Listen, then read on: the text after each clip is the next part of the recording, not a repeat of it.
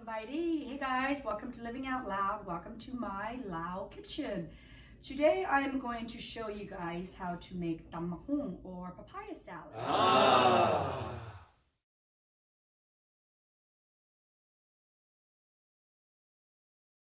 There are so many great YouTube recipes on how to make makhoung, Lao style, Thai style, Hmong style, Cambodian style, whatever style.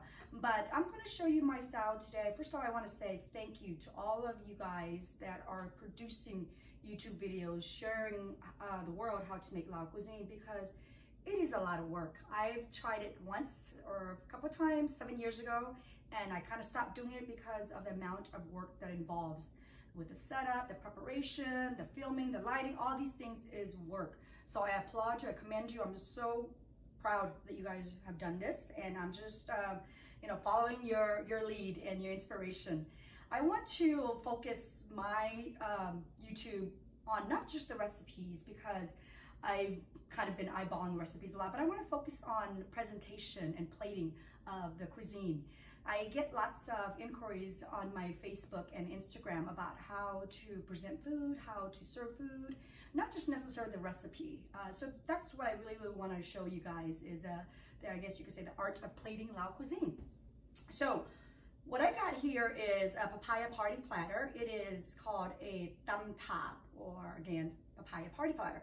In it, basic stuff you have to have is carbohydrates, which is kapun or sticky rice, and lots of proteins. Proteins are great to eat with makhoung. I utilize whatever I have in my fridge or freezer.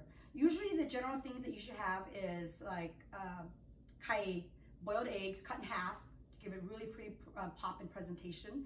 And everybody always has eggs in the refrigerator, right? So moo, grilled shrimp. I had a couple of these things left over from my dinner last night. And giant river prawns are beautiful presentation on this. But if you don't have it, use whatever you have. Not just that, but whatever you love eating. Y'all is great addition. Again, lots of proteins, fried meatballs, kib moo, must have kib moo, cabbage for vegetable, and if it's in season, sampak bong. So you kind of have everything all laid out, and then you do your makhoung last, because you want to eat makhoung when it's fresh and not lose its freshness or wamen hơi. Okay, so without further ado, let's do makhoung, my recipe, my way, which is not just eyeballing. We're going to start off with peppers. I like mine really spicy, so we're going to do about 15 peppers today, and usually I would do more. I'm just going to do fresh peppers and dried peppers. I like the dried peppers in it because it gives it a really nice red, and the seeds show, so it's like it gives it I think a prettier presentation.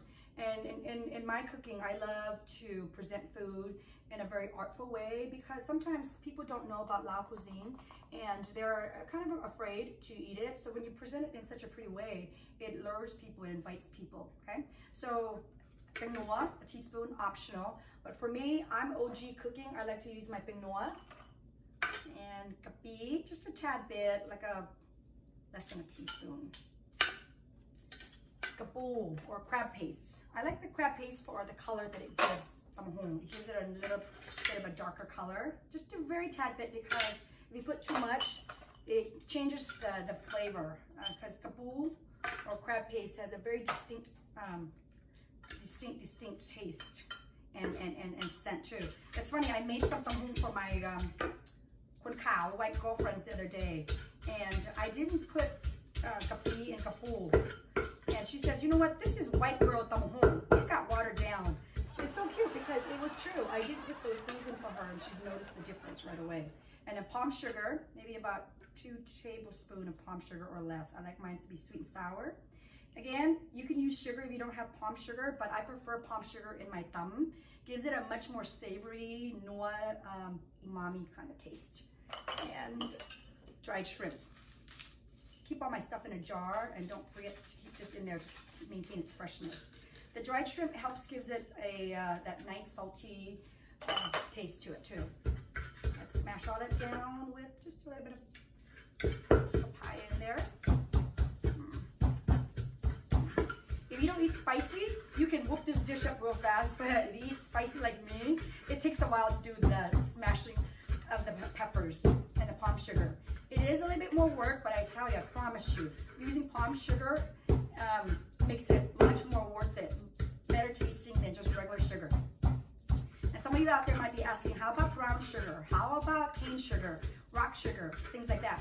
I don't recommend any of that. I haven't even tried it, but you know, it might have the same effect, but definitely white sugar or brown sugar are my two recommendations. I mean, not brown sugar, palm sugar.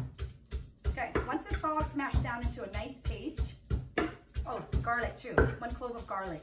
Okay, you want to add, if you have it, makhoung or Lao eggplant, Thai eggplant, Asian eggplant, and long green beans or snake beans in there. Probably about, again, it's your personal choice. If you don't like these things, don't add it. But if you like it, add it. It gives it a nice crunch, nice sweetness to it as well, very natural. And not to mention, it gives your thumb a very pretty look. So that's done. Let's slice some tomatoes in here. I would do about 1/3 cup or 12 grape tomatoes. You can use also other kinds of small tomatoes like cherry tomatoes. I do not recommend using big tomatoes like Roma, is it Roma, or steak tomatoes. The bigger ones don't give as much juice, and we want to get juice out and make our tamahung juicy. That's why some of my friends have told me, why is your tamahung so juicy and mine's not? And the secret really is in your tomatoes. You got to get one that's very ripe and small ones. And creating that sauce base first helps gives your thumb the juice. So let's smash this down. So that way we can get the juice all coming out. Once it's all smashed down, opening up all the juices, we're gonna add now the lime. I would say 1.5, but if you like it sour, more sour, you could add 2. Or if you don't want it as sour, add less. It's all seasonal, but this is a general recipe for about 2 cups of shredded papaya.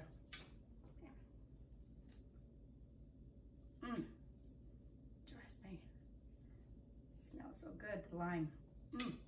Okay, what I also like to do with this is cut it into, slice tiny little pieces into it, because these bite size are nice surprises when you take bites of your tamahung.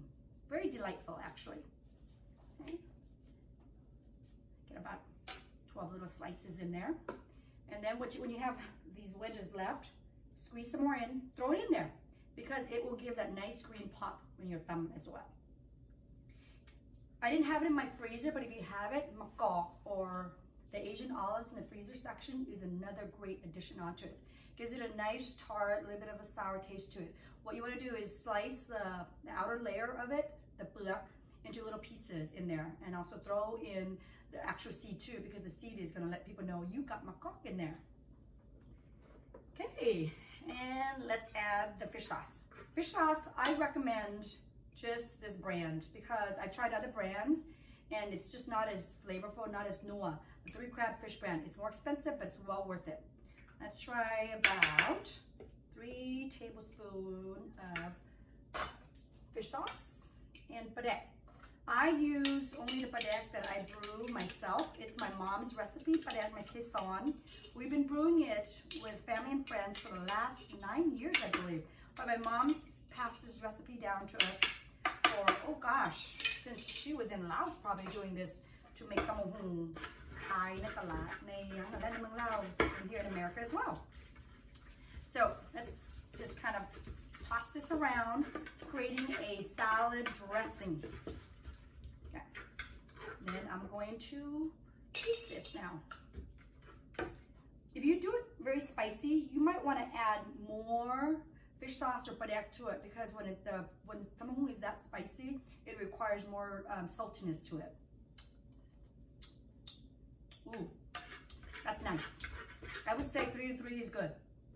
And then if you want more color and a much prettier presentation, add some shredded carrots also. I don't usually add it, but I wanted to make it pretty and add it. And there's carrots that comes in like purple, orange, yellow even now. I want to give it even a more prettier pop. About, I would say 1 gum of shredded green papaya, or I think 2 cups. Stum all that.